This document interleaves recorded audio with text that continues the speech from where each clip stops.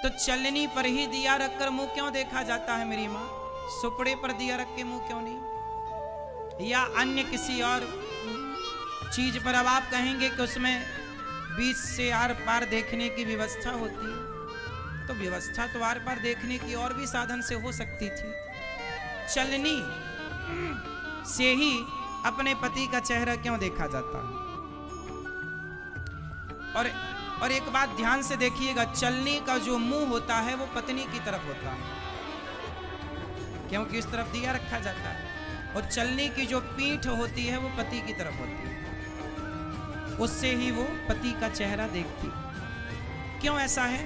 कभी सोचा है इसके पीछे का आध्यात्मिक कारण क्या हो सकता है? चलनी का गुण क्या है? चलनी का गुण है कि वो कचरे को बचा कर रख लेती है, अच्छाई को आगे की तरफ फेंक देती है। सही है? तो पत्नी का प्रेम देखिए पति के प्रति कितना है कि पत्नी उस चलनी के मुंह की तरफ खड़ी होती है और मानो ये कहती है कि यदि हमारे और आपके जीवन में कोई बुराई है तो वो बुराई मेरी तरफ रह जाए और अच्छाई आपकी तरफ चली जाए।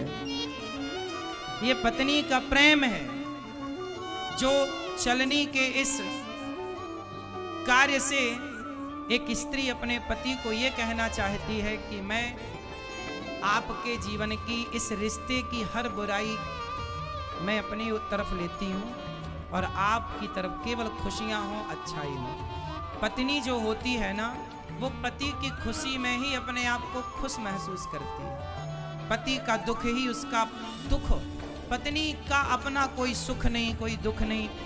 ये समर्पण का त्योहार है करवा चौथ, और हर स्त्री के सम्मान को हम पुरुष लोगों का धर्म है कि हम स्त्री का सम्मान करें, स्त्री जात का सम्मान करें, चाहे वो माँ के रूप में हो, बहन के रूप में हो, बेटी के रूप में हो या पत्नी के रूप में हो। पत्नी का भी सम्मान बहुत करना चाहिए। और करवा चौथ की आप सबको बहुत बहुत शुभकामनाएं।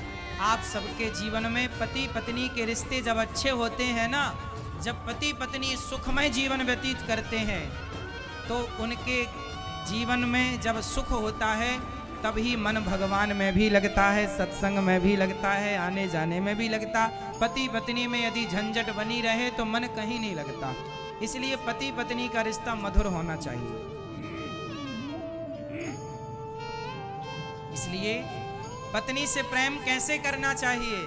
जैसे तुलसीदास जी करते हैं। और पत्नी का क्या धर्म है कि जैसे पत्नी अपने पति को, तुलसीदास जी की पत्नी ने अपने पति को परमात्मा की तरफ मोड़ दिया।